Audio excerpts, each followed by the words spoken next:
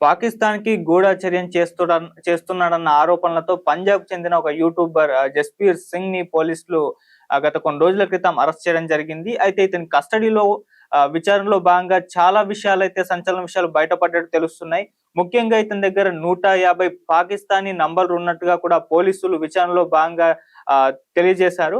అయితే ఇతని కస్టడీ ముగియడంతో ఇతని దగ్గర 150 పాకిస్తానీ నంబర్లు లభ్యమయ్యాయి. దీనిపైన ఎంక్వైరీ చేయాలి. సో కస్టడీకి మరికొన్ని రోజులు, ఒక వారం రోజులు టైం కావాలని చెప్పేసి కూడా పోలీసులు అటు పంజాబ్‌లోని మొహాలీ కోర్టులోనైతే కోరడం జరిగింది. అయితే కోర్టు కూడా వారం రోజులు కాకుండా 2 రోజులు మాత్రం కస్టడీకైతే ఇచ్చారు. సో అందులో భాగంగానే ఆహ్, ఇప్పుడు ఈ 150 కాంటాక్ట్స్, పాకిస్తాన్ కాంటాక్ట్స్ సంబంధించి ఇన్వెస్టిగేషన్ అయితే జరగబోతుంది. అసలు ఏం జరిగిందా అని చూస్తే జస్బీర్ సింగ్ ఇతను ఒక పంజాబీ వ్యక్తి. ఇతనికి జాన్ మహల్ అనే ఒక యూట్యూబ్ ఛానెల్ ఉంది. సో ఈ యూట్యూబ్ ఛానెల్‌లో చాలా రకాల వీడియోలు అప్‌లోడ్ చేస్తూ ఇతను గుర్తింపు అయితే సంపాదించుకున్నాడు.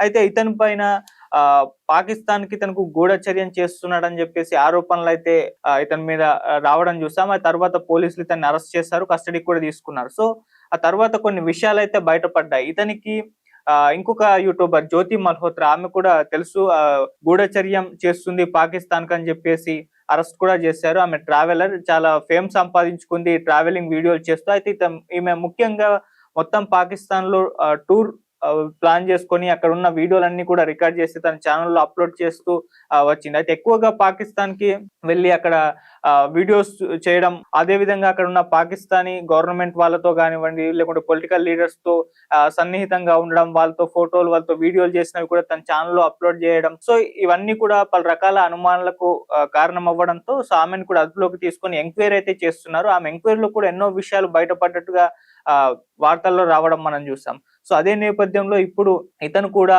పంజాబ్‌కి చెందిన జస్బీర్ సింగ్ కూడా పాకిస్తాన్‌కి గూఢచర్యం వహించాడని చెప్పేసి ఆరోపణలైతే వచ్చాయి. అయితే ఇతనికి ఈ జ్యోతి మల్హోత్రాకి కూడా గుడ్ రిలేషన్‌షిప్ ఉందని చెప్పేసి కూడా చెప్తున్నారు. అండ్ ఇతనికి ఈ జాన్ మహల్ అనే యూట్యూబ్ ఛానెల్ ఉంది. ఇందులో చాలా రకాల వీడియోలైతే పనిచేస్తాడు. అలాగే ఈ జస్బీర్ సింగ్‌కి ఢిల్లీలోని పాక్ ఎంబసీలో పనిచేసిన ఐఎస్ఐ హ్యాండ్లర్ అయిన డానిష్ అలియాస్ ఎహసర్ ఉర్ రెహమాన్‌తో టచ్‌లో ఉన్నట్లుగా కూడా పోలీసులైతే తెలిపారు.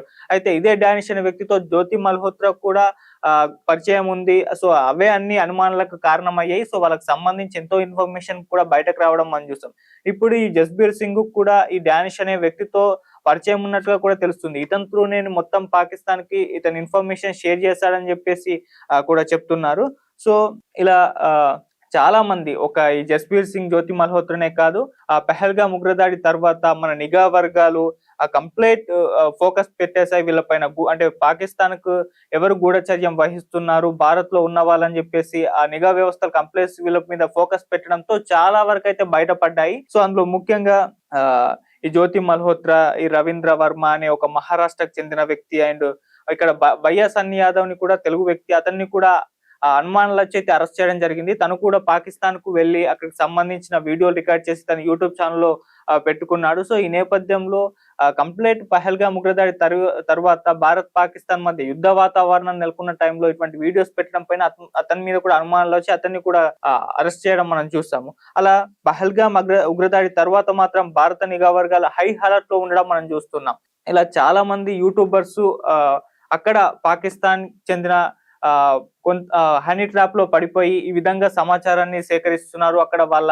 కొంత డబ్బుకు ఆశపడో, లేకుంటే ఇంకెన్నో రకాలుగా ఆశలు చూపించి వాళ్ళు వీళ్ళని మభ్యపెట్టి ఇక్కడ ఉన్న ఇన్ఫర్మేషన్ మొత్తం వాళ్ళు లాక్కుంటున్నారని చెప్పేసి వీళ్ళ మీద ఆరోపణలు రావడంతో వీళ్ళందరినీ కూడా అరెస్ట్ చేయడం మనం చూసాం. అంటే కంప్లీట్ పహల్గామ్ ఉగ్రదాడి తర్వాత మన నిఘా వర్గాలు వీళ్ళపైనే ఫోకస్ పెట్టాయి.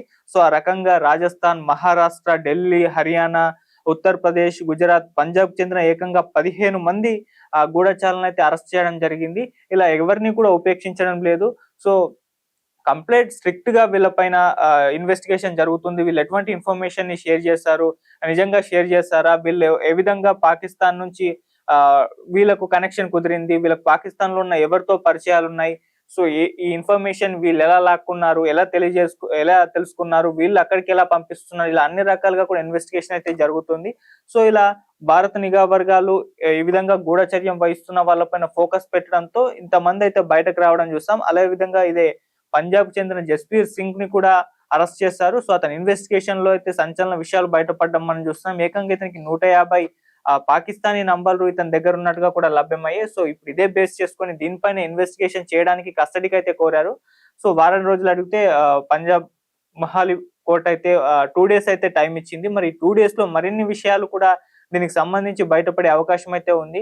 ఒక రకంగా జ్యోతి మల్హోత్రా ఎప్పటినుంచో కూడా ఇన్వెస్టిగేషన్ జరుగుతుంది. ఆమె ఇంకా కూడా బయటకు రాకపోవడం చూస్తున్నాం. అలా వీళ్ళని కంప్లీట్ గా ఇదే కస్టడీగా తీసుకొని వీళ్ళకి సంబంధించి ఇన్వెస్టిగేషన్ అయితే ప్రాపర్ గా అయితే జరగడం మనం చూస్తున్నాం.